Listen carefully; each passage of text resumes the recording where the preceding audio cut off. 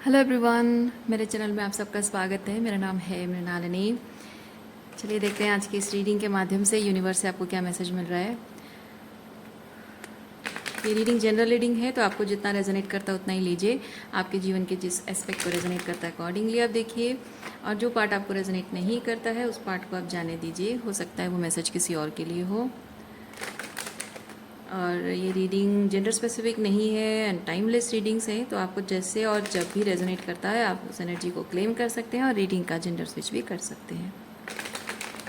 और अगर आपको मेरा काम अच्छा लग रहा है और इस तरह की और भी रीडिंग्स आपको देखने हैं तो आप मेरा चैनल विजिट कर सकते हैं, मृणालिनी हिंदी टैरो रीडिंग। और जो भी वीडियोज़ के टाइटल आपको अच्छे लगे आप देख सकते हैं, हो सकता है उसमें आपके लिए कोई मैसेज हो। और अगर आपको फ्रेशली अपलोडेड वीडियोस चाहिए तो आप मेरा चैनल सब्सक्राइब कर सकते हैं, बेल आइकन प्रेस कर सकते हैं ताकि आपको न्यू अपलोड्स की नोटिफिकेशन मिल जाए। चलिए, ग्रैटिट्यूड के साथ, अनकंडीशनल लव के साथ, सरेंडर की एनर्जी के साथ शुरुआत करते हैं आपकी रीडिंग। देखते हैं आपके लिए क्या मैसेज है।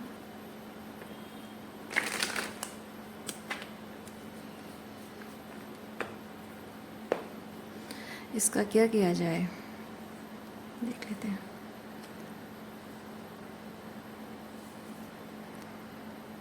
Compromise intensity, oh I see. Bottom of deck में क्या है? सो ओवरऑल एनर्जी कुछ नार्सिसिस्टिक अब्यूज़ के बारे में बातचीत है शायद, क्योंकि यहाँ आपकी जो एम्प्रेस एनर्जी है उसका गलत फ़ायदा उठाया जाता है। दूसरा चीज़, कोई है यहाँ जो कि आपको एम्प्रेस की तरह ट्रीट कभी करता भी है और आपको टॉर्चर भी करता है। मतलब ज़बरदस्त अब्यूज़ भी करता है और फिर उसके बाद प्यार भी जताता है। मतलब जैसे दो थप्पड़ मार देना फिर उसके बाद बोलना आई लव यू, इसीलिए मैंने तुम्हें थप्पड़ मारा, या फिर मैं तुम्हारी केयर करता हूँ, परवाह करता हूँ, इसीलिए मैंने थप्पड़ मार दिया, या फिर मुझे अपने गुस्से पर कंट्रोल नहीं है इसलिए मैंने थप्पड़ मार दिया, पर मैं तुमसे बहुत प्यार करता हूँ। Something like that, typical narcissist behaviour. Okay, थोड़ा सा और डिटेल में देखते हैं क्या एनर्जी है।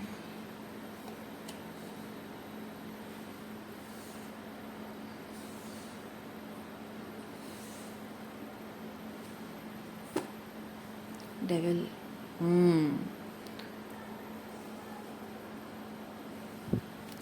आपको शायद इस चीज़ की आदत पड़ गई है और शायद आप ये सोचते हैं कि ये पर्सन एक्चुअली में मुझसे बहुत प्यार करता है और थोड़ा सा उसकी गुस्सा का इश्यूज़ हैं, तो बस इतना ही प्रॉब्लम है। तो कहीं ना कहीं आपको अगर लोग कहते भी होंगे कि तुम उसे छोड़ क्यों नहीं देती हो, उससे ब्रेकअप क्यों नहीं कर लेती हो, तो आप शायद उनसे कहते हो कि नहीं यार वो मुझसे बहुत प्यार करता है, थोड़ा सा उसका गुस्सा का इशू है, मैं हैंडल कर लेती हूँ एनी हाउ, बट चलो ठीक है।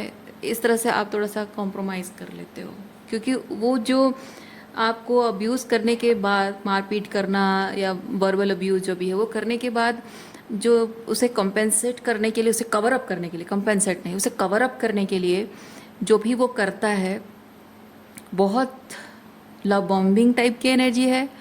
और वो लव बॉम्बिंग जो भी होती है वो बहुत ही एग्जैजरेटेड वे में एक्सप्रेशन ऑफ लव, जो कि बहुत ज़्यादा आपको बहुत खुशी का एहसास देता है, बहुत अपनापन, बहुत केयर। उफ, फूले नहीं समा रही हूँ, वो वाली खुशी जो देता है ना, उसी खुशी को आप अटैच हो, उसी खुशी से आप अटैच्ड हो। वो एडिक्शन। अच्छा,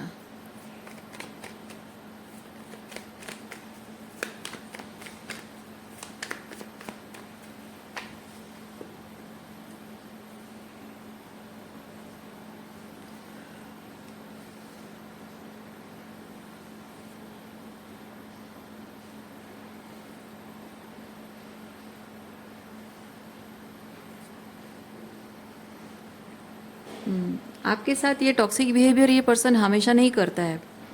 नॉर्मली वो आपके साथ बहुत प्यार से रहता है, शांत रहता होगा, लेकिन आप ये चीज़ एक्सपीरियंस तभी करते हो जब आप अपनी खुशी के लिए, अपने सपनों के लिए कुछ आवाज़ उठाते हो। लाइक करियर के बारे में बोलना, या फिर उनकी किसी गलती के बारे में उनको पॉइंट आउट करना कि तुम्हारा ये सर्टन बिहेवियर मुझे अच्छा नहीं लग रहा है, या तुम ऐसे क्यों बोलते हो, ऐसे क्यों बिहेव करते हो, या फिर ये पैटर्न तुम्हारा क्यों चलता है, ये मुझे बहुत परेशान करता है, या फिर तुम ये चीज़ें क्यों करते हो, ये गलत होता है, ये सही चीज़ नहीं है। या किसी और के साथ भी इस तरह बिहेवियर तुम क्यों करते हो, लोगों के साथ इस तरह बिहेव करते हो मुझे अच्छा नहीं लगता है। या फिर तुम पैसा क्यों खर्च करते हो, इस तरह से उड़ाते हो, मुझे अच्छा नहीं लगता है। या फिर अगर उनको अल्कोहल या कुछ और चीज़ें की आदत है, मना करते हो। यानी कि वो जो भी उनको लगता है कि हाँ ये चीज़ मैं करूँगा, मेरी मर्ज़ी, मेरी ज़िंदगी, मेरी मर्ज़ी, मेरा मन, मैं जो चाहे करूँगा, और इसे ये चीज़ के बारे में कहने का हक किसी को नहीं है। तो वो हर चीज़ में, कोई पर्टिकुलर चीज़ नहीं, हर चीज़ में उनका ऐसा है। और जब भी आप उनके उस मोनोपोली को ब्रेक करने के लिए उन्हें कॉल आउट कर देते हो, तब वो भड़क जाता है। या फिर अपने सपनों के लिए, अपने लिए जब आप कहते हो कि नहीं मुझे तो नौकरी करनी है, अपने खर्चे मैं उठा लूँगी, मुझे नौकरी करनी है, तुम नहीं मेरा खर्चा उठा नहीं सकते, मेरी बहुत सारी ज़रूरतें हैं, और मैं तुम्हें थोड़ी ना प्रेशराइज़ कर रही हूँ, मैं कमा लूँगी अपना पैसा, जो भी एक्स्ट्रा खर्चे में उठा लूँगी, तुम्हारा भी बोझ कम हो जाएगा। पर वो भड़क जाता होगा, उसके ईगो को ठेस पहुँच जाती होगी, या फिर कुछ इस तरह की। मैं कुछ जितना मेरे दिमाग में आ रहा है मैं एग्जांपल दे रही हूँ। अब जो आपको जैसे रेजोनेट करता है वैसे लीजिए। अच्छा,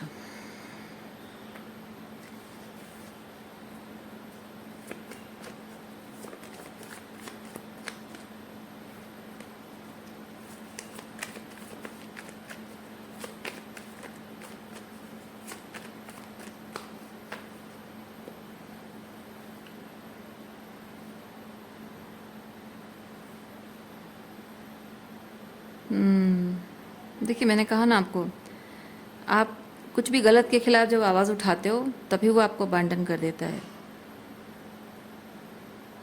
मतलब आपको रिजेक्शन फील कराता है, आपके ओपिनियन, आपकी बातें रिजेक्टेड है, आपके वैल्यूज़, आपके एथिक्स, या आपके जो उसूल हैं, या फिर आपकी फीलिंग्स है ना, उनको नकार देना, रिजेक्ट कर देना। यस, क्या एनर्जी है देखते हैं।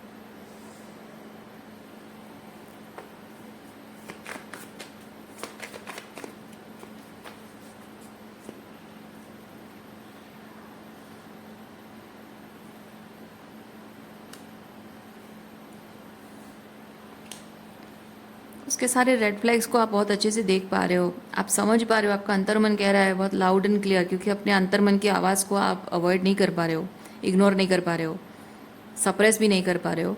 आपको आपका अंतर्मन बहुत लाउड एंड क्लियर कह रहा है कि ये पर्सन टॉक्सिक है, नार्सिसिस्ट है।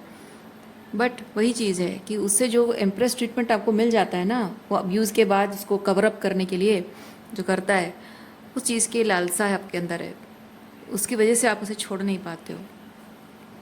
अच्छा हाँ, और एक चीज़ मैं फील कर रही हूँ, आपको सर्टन थिंग्स चाहिए लाइफ में, यानी कि आपकी कुछ एडिक्शंस है, अटैचमेंट्स है, या कोई डिपेंडेंसी, किसी तरह की कोई एक कमज़ोरी है, और वो उस कमज़ोरी का फ़ायदा उठाता है। और जब ऐसे अपने अब्यूज़ को कवर अप करना होता है ना, उसी टाइम पे उसी कमज़ोरी को वो हवा देता है, यानी कि जो भी लैकिंग है उसे फुलफ़िल कर देता है वो।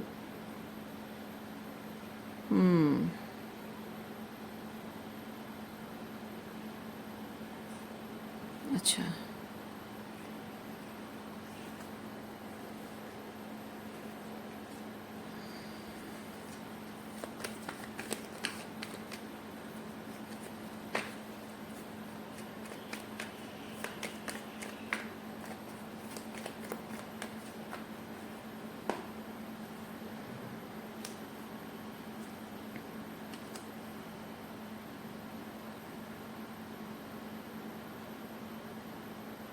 इस तरह का जो अब्यूसिव चीज़ें होता रहता है, जब तक आप उसके साथ रहते हो, कोशिश कर रहे हो कि हाँ चलो ठीक है, सब हारमोनी बनाए रखने की कोशिश करूँ, या पीस क्रिएट कर लूँ, मान लूँ, सह लूँ, या फिर थोड़ा इंतज़ार कर लूँ, शायद सब ठीक हो जाएगा। तो जब तक आप उसके साथ हो तब तक वो आपकी परवाह नहीं करता है, आपको इस तरह से अबंडन कर देता है। लेकिन जैसे ही आप सोचते हो, डिसाइड करते हो कि मुझे मूव ऑन कर जाना चाहिए, आगे बढ़ जाना चाहिए, मुझे सब कुछ लेट गो करना है, मुझे डिवोर्स चाहिए, या फिर कुछ भी, आप अगर घर छोड़ के चले जाने की बात करते हो, इमीडिएटली ये पर्सन आपके लिए वो सब कुछ करना शुरू कर देता है। मतलब कि आपका मुंह नहीं देखना चाहता है, लेकिन जैसे आप खुद कहते हो कि चलो ठीक है ये रिश्ता ख़त्म, तो फिर वापस आकर आपको मनाने लग जाता है।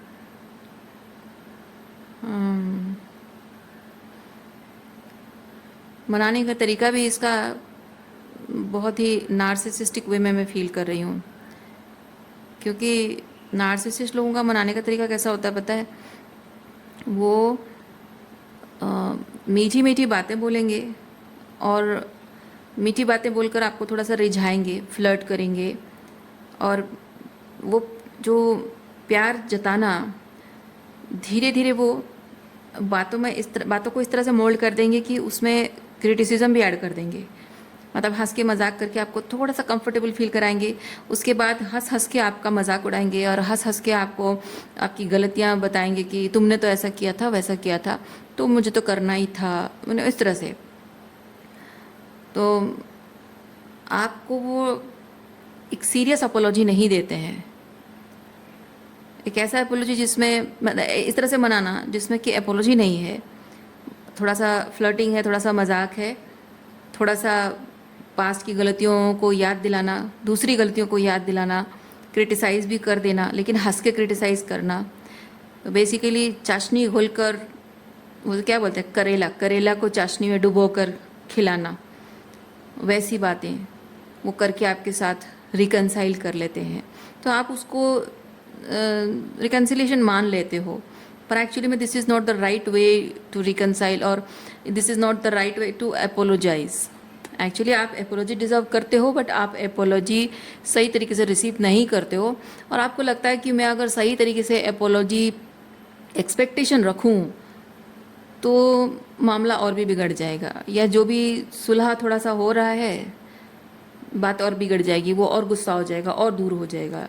शायद इसीलिए आप उसको वो जैसे भी हो, एपोलॉजी फील ना हो, एपोलॉजी की तरह फील नहीं होता है, तब भी आप उसे एपोलॉजी मानकर एडजस्ट कर लेते हो, कॉम्प्रोमाइज़ कर लेते हो कि छोड़ो यार, अब कितना ऑलरेडी इतना झगड़ा होकर इतनी अशांति हो चुकी है, और अब मैं जो मनाने आया है उसमें भी मैं अगर उसे थोड़ा सा फिर गुस्सा करके मैं बोलूँ कि तुम्हारा एपोलॉजी नहीं लग रहा है, तो फिर मामला और बिगड़ जाएगा, है ना।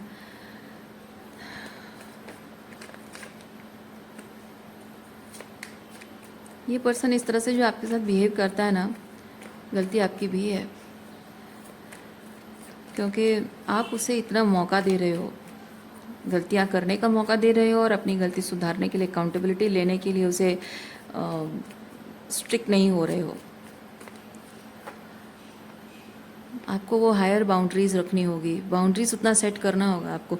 लेकिन आपका इशू क्या है पता है? आप उसे खोने से डरते हो। लेकिन इस तरह के इंसान को आपने सिर्फ फिजिकली पाया है ना, फिजिकली पाया है, और वो जो फैंटेसी आपको, फैंटेसी का एक झलक आपको दिखाता है ना, उसी एक झलक को आप 100%, मतलब एक 1% आपको जो दिखाता है, एक ट्रेलर दिखाता है, उसको 100% पाने का, एक्सपीरियंस करने का जो एक लालच आपको मिल जाता है, उसी वजह से आप ये उम्मीद करने लग जाते हो कि आपको कभी ना कभी तो मिल ही जाएगा। पर यकीन मानिए, जिस इंसान को आपको ये खुशी, वो प्यार जो देना होता है ना, वो आपको इस तरह से लालच नहीं दिखाता है, वो आपको देता है, अनकंडीशनल लव देता है। पर ये इंसान कंडीशन सेट कर रहा है कि आप सर्टन थिंग्स करोगे, सर्टन वे में रहोगे, तभी आपको मिल सकता है। ऐसा नहीं होता है। जिसको प्यार करना होता है ना, वो बेझिझक बेधड़क प्यार करता है। वो ये नहीं देखता है, सामने वाला ये नहीं देखता है कि आप उसे कितना प्यार दे रहे हो, उसके लिए क्या कर रहे हो, क्या नहीं कर रहे हो, वो नहीं देखता है। आपके इनर डिमॉन्स क्या हैं, आप कितने आप अपनी डिविनिटी में हो, और कितने अपने डेविलिश एनर्जी में हो, वो नहीं देखता है। जिसको प्यार है, बस सच्चा प्यार है तो बस है। उसका प्यार कोई कंडीशंस में ग्रो नहीं करता है। जिसको प्यार करना है ना, उसका इंटेंशन है बस प्यार करना, तो वो करता जाएगा।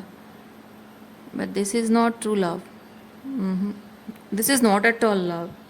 ये लव ही नहीं है, ये साइकोलॉजिकल इमोशनल मैनिपुलेशन है।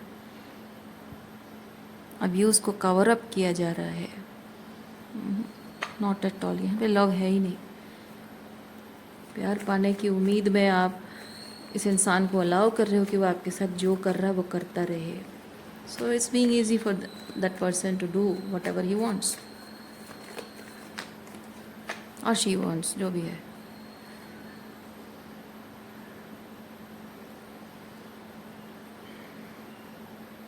आप एक्चुअली ये एक्सेप्ट नहीं कर पा रहे हो कि इस पर्सन को अगर मैं छोड़ दूंगी, इतने हाई वैल्यूज़ और हाई स्टैंडर्ड्स अगर मेंटेन करूंगी, तो जो थोड़ा बहुत मिल रहा है इस इंसान के होने से वो भी नहीं मिलेगा, ये भी चला जाएगा और कोई और बेहतर इंसान भी नहीं मिलेगा।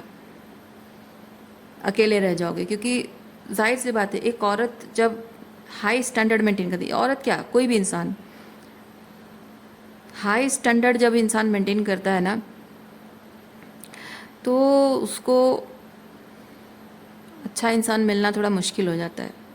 मर्दों के लिए तो फिर भी चलेगा, क्योंकि मर्द जब हाई स्टैंडर्ड मेंटेन करते हैं औरतें इंप्रेस होती हैं, क्योंकि औरतों को चाहिए होता है हाई स्टैंडर्ड वाला मैन। उनको मैन चाहिए होता है, बॉय नहीं चाहिए होता है। तो लड़कों के लिए आसान होता है, लेकिन महिलाओं के लिए थोड़ा मुश्किल हो जाता है। Because 99% of man are groomed by their mothers like little boy. और जब उनको मैन बनने के लिए वो लड़की इंस्टिगेट करती है, तो उनकी ईगो को ठेस पहुंच जाती है और वो बॉय रहना चाहते हैं, मैन नहीं बनना चाहते हैं। तो उनको बेसिकली मदरिंग करने के लिए एक गर्लफ्रेंड चाहिए होती है, बीवी चाहिए होती है। उनको पार्टनरशिप नहीं चाहिए होता है। पार्टनरशिप के नाम पे एक परमानेंट ख्याल रखने वाली बेबी सीटर उनको चाहिए होता है basically, the man who are energetically boys. So it's very difficult for women कि उनको एक मर्द में एक मर्द ही मिले, एक मैन ही मिले, उनको बॉय मिल जाता है। सो इसीलिए ज़्यादातर लड़कियां डरती हैं इस मामले में कि वो ज़िंदगी भर अकेली रह जाएंगी, और ये शायद आपका डर है। अकेले रहने से, अकेले ज़िंदगी जीने से आप डरते हो। पर ऐसे इंसान के साथ ज़िंदगी काटने से तो बेहतर है कि आप अकेले ही जियो। अकेले जीना अगर आपने सीख लिया ना, तो वो आपकी सबसे बड़ी शक्ति है, सबसे बड़ी ताकत है वो आपकी। क्योंकि जो इंसान अकेले जीना सीख लेता है, अकेले बैठकर खाना, क्योंकि डिफ़िकल्ट होता है राइट। रोज़ काम से घर वापस आते हो और घर जैसे एंटर करते हो घर में कोई नहीं है, वो बहुत ही अनकंफर्टेबल फीलिंग है। खाना खाते हो, अकेले खाना खाते हो, अकेले खुद के लिए खाना बनाते हो, 2 लोगों का या 3 लोगों का खाना नहीं, अकेले खुद के लिए बनाते हो। बात करने के लिए कोई नहीं होता है। रात को सोने से पहले थोड़ी देर बात करूं, बात करने के लिए कोई नहीं है। दिन भर क्या हुआ वो बताना है, किसको बताऊं, है ना। It's very difficult. इस चीज़ से एक्वेंटेड होना, यूज टू हो जाना बहुत डिफ़िकल्ट और बहुत चैलेंजिंग होता है, टाइम टेकिंग होता है। जनरली लोग इस चीज़ से डरते हैं और इसीलिए कॉम्प्रोमाइज़ करके किसी से भी शादी कर लेते हैं लोग। लेकिन अगर इस परीक्षा को आप पास कर गए ना, तो दुनिया में कोई चीज़ नहीं है जो आपको कहीं रोक सके। सबसे पावरफुल चीज़ वही है। इंसान अकेले जीना सीख लेना, उससे बड़ी पावरफुल चीज़ और कुछ नहीं है।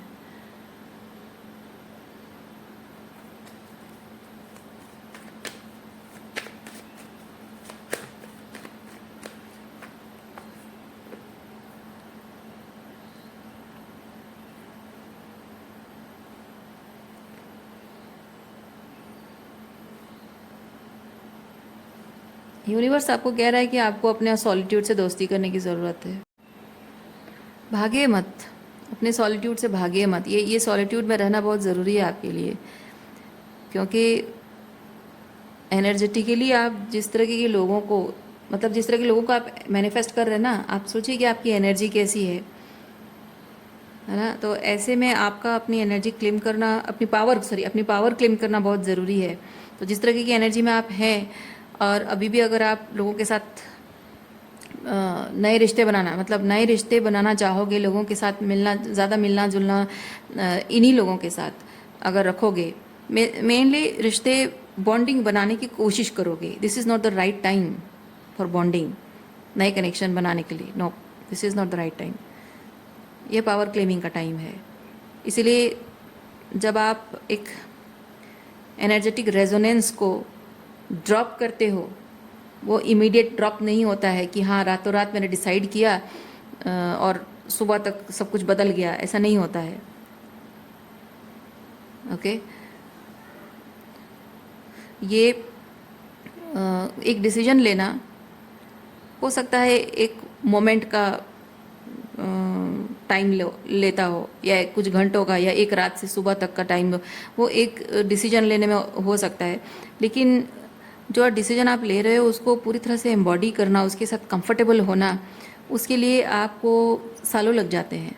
तो वो प्रैक्टिस आपको करनी होगी।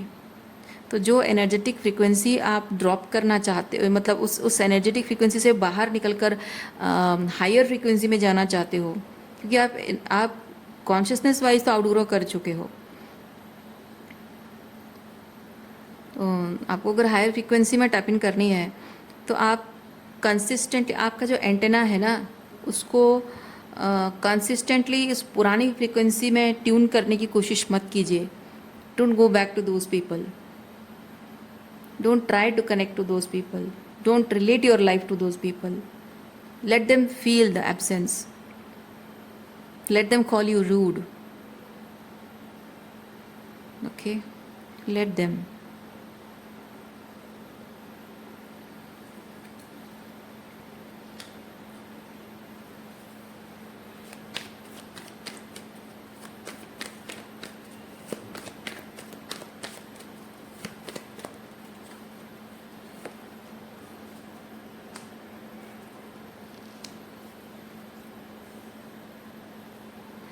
Okay,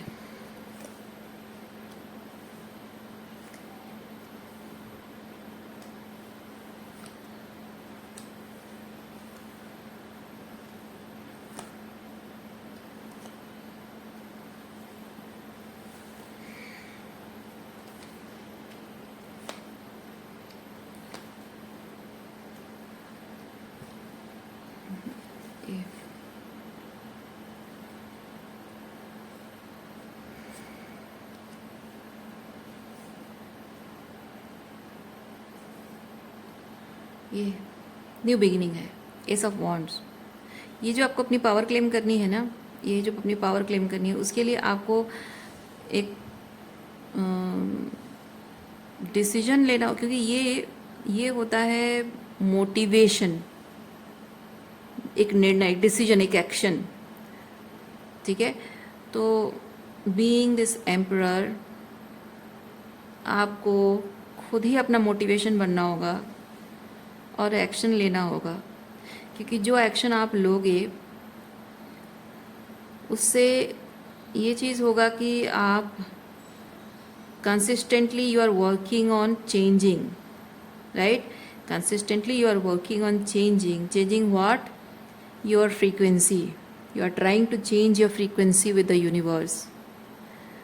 तो आप जब उसको प्रैक्टिस करते हो तो आपकी एनर्जी में दिखता है, क्योंकि मैं आपको एक चीज़ बताऊँ, मैनिफेस्ट करने का तरीका ये नहीं कि आपने क्या डिसाइड किया, क्योंकि इवन इफ आप अगर भगवान से प्रार्थना भी करते हो कि भगवान ये चीज़ मेरे लाइफ में कर दो, ऐसा कर दो, वैसा कर दो, काश ऐसा होता वैसा होता, उससे कुछ नहीं होता है, उससे कुछ नहीं होता है, क्योंकि वो जो चीज़ आप कह रहे हो कि ऐसा होता वैसा होता, किस बेसिस पर कह रहे हो, आपके अंतर्मन, आपके सबकॉन्शियस अनकॉन्शियसली आप क्या चीज़ ऐसा फील कर रहे हो, क्या डर है, क्या इनसिक्योरिटी है, क्या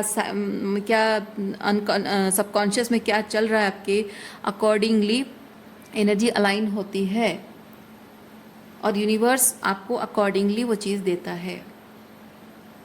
इसलिए आप भले ही मांगते रहोगे कि मेरी लाइफ में ऐसा हो जाए वैसा हो जाए, पर होता नहीं है। क्यों? बिकॉज जो भी आप मांग रहे हो इधर उसके लिए रेडी नहीं हो, या फिर वो आपके लिए सही नहीं है।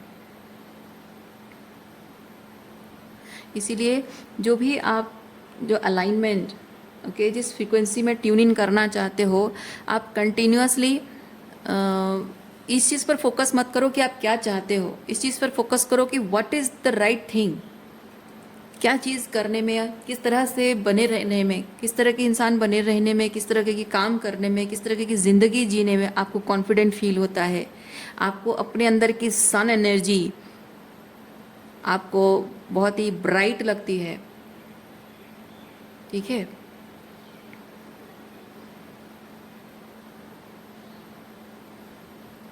लाइक वो सेटिंग सन ना लगे, राइजिंग सन जैसे लगे, या फिर वो ग्रहण का सूरज ना लगे, सनराइज जब होता है, ब्राइट सन जो होता है ना, वैसा ब्राइटनेस आप अपनी एनर्जी में फील करो, अपने आप को देखकर, मिरर में देखकर आपको अपने आप को फील होगी, yes I am that bright sun, वो ग्रहण लगा हुआ सूरज नहीं हूँ मैं। जो काम करके वैसा फील होगा आपको, that means you are doing the right thing. और जैसे जैसे वो चीज़ आप करते जाओगे, आपका फोकस किस चीज़ पर है, इस चीज़ पर कि आपको क्या चीज़ करने से अपने बारे में अच्छा लग रहा है, अपनी ज़िंदगी के बारे में अच्छा लग रहा है। तो वो चीज़ पर जब आप फोकस करोगे, आप जानो कि आप राइट पाथ पे हो। भले ही आपको रिजल्ट नहीं दिख रहा है, भले आपको रिजल्ट नहीं दिख रहा है, but you have to keep walking on that path. भले ही रिजल्ट दिखने में आपको टाइम लग रहा है, आपको भले ही विश्वास नहीं है या फिर विश्वास है, आपके अंतर्मन की बात कितना विश्वास करते हो, आपको विश्वास हो या ना हो, लेकिन you have to keep walking, कुछ ना कुछ। क्योंकि देखिए, आप अगर एक हेल्दी रिलेशनशिप मैनिफेस्ट करना चाहते हो, और आप अगर सोच रहे हो कि मुझे मिलेगा या नहीं मिलेगा, या पर्टिकुलर किसी इंसान को आप मैनिफेस्ट करना चाहते हो, वो बदलेगा या नहीं बदलेगा, वो वापस आएगा या नहीं आएगा, वो आपका फोकस नहीं होना चाहिए। क्योंकि उसमें क्या होता है, डाउट क्रिएट होता है, क्योंकि वो निर्भर करता है सामने वाले की विल पर भी। लेकिन आप अगर जो भी अपने आप पर काम कर रहे हो, जिस तरह से जो भी आपका लाइफ का पर्पस है, जो भी लाइफस्टाइल चेंजेस आप ला रहे हो अपनी, जब आप फील कर रहे हो yes I am doing the right thing, keep working that path. क्योंकि जो भी आप मैनिफेस्ट करोगे आगे जाकर, जो भी हो, क्योंकि भविष्य हम नहीं जानते, कोई नहीं जानता है, उस ऊपर वाले के, भगवान के अलावा कोई नहीं जानता है, क्योंकि उसका प्लान है। और मैं एक चीज़ कहूँगी, भगवान हमारे लाइफ में ना ऑल्टरेशंस तब लाते हैं जब अपने कर्मों से हम अपने भाग्य को बदलने की कोशिश करते हैं। हम अगर कोशिश नहीं करते, जो लिखा है वही मिल जाएगा। लेकिन अगर हम कोशिश करेंगे, मेहनत करेंगे और अपने सोल पर्पस की तरफ आगे बढ़ते जाएंगे, ये लीप ऑफ फेथ लेकर, तब जो हमारे भाग्य में लिखा है, शायद हमारे कर्मों के फल से वो बेहतर रिजल्ट भी हमको मिल जाएगा। ठीक है,